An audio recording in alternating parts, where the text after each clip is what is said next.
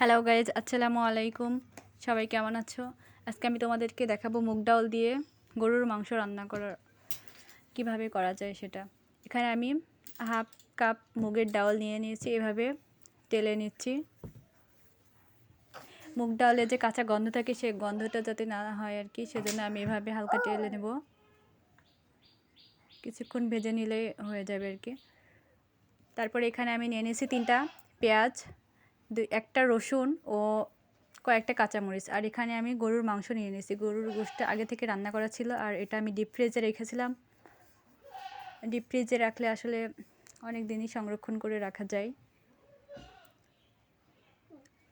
তা আমি এভাবে মুগের ডালটা টেলে নেব বা ভেজে নেব। এখানে আমি প্রেসার দিয়ে দিয়েছি। প্রেসার কুকারের মধ্যে পরিমাণ মতো তেল নিয়ে নিয়েছি, যতটুকু তেলের প্রয়োজন হয় আর কি। তারপরে আমি সে কেটে রাখা মরিচ, পেঁয়াজ ও রসুনগুলো দিয়ে দিচ্ছি। এখানে ঝালটা তোমরা তোমাদের পছন্দ অনুযায়ী নেবে। আমার গরুর মাংস মধ্যে আগে থেকে সব কিছু দেওয়া আছে, তাই এতে একটু কম করে দিলেই হবে।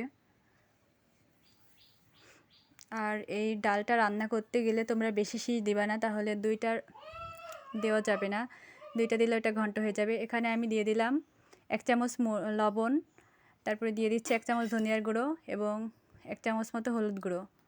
সব কিছু আমি ভালো করে মিশিয়ে নিচ্ছি তেলের সাথে।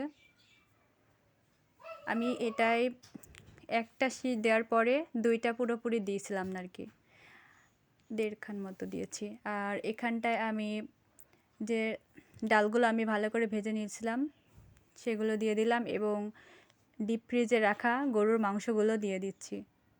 এটা যেহেতু ফ্রিজে ছিল ডিপে, তাই অনেক হাড্ডি হয়ে গেছে। এটা বেশি জোরালো মনে করতেছি না আমি ছাড়ানো। এভাবে নাড়াচাড়া করে আমি এর সাথে গরম পানি অ্যাড করে দেব। আর এটা যখন রান্না হয়ে যাবে, রান্নার সময় এমনিতে এগুলো ছিঁড়ে যাবে। এ পর্যায়ে আমি শুধু লবণটা টেস্ট করে নেব। আর পরিমাণ মতো দিয়ে দিলাম পানি, যতটুকু তোমরা ঝোল রাখতে চাও ঠিক সেই পর্যায়ে পানি ততটুকু পরিমাণ পানি দিবে। এর মধ্যে আমি শুধু একটা এলাচ দিয়ে দিলাম, কারণ গোশের ভিতরে আমার সব কিছু দেওয়া আছে, তাই অনেক ফ্লেভারের প্রয়োজন মনে করতেছি না।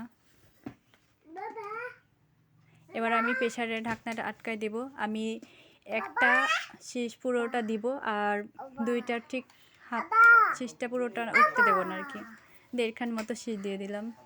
হয়ে গেল আমাদের মুগ ডাল দিয়ে গরুর গোশ রান্না।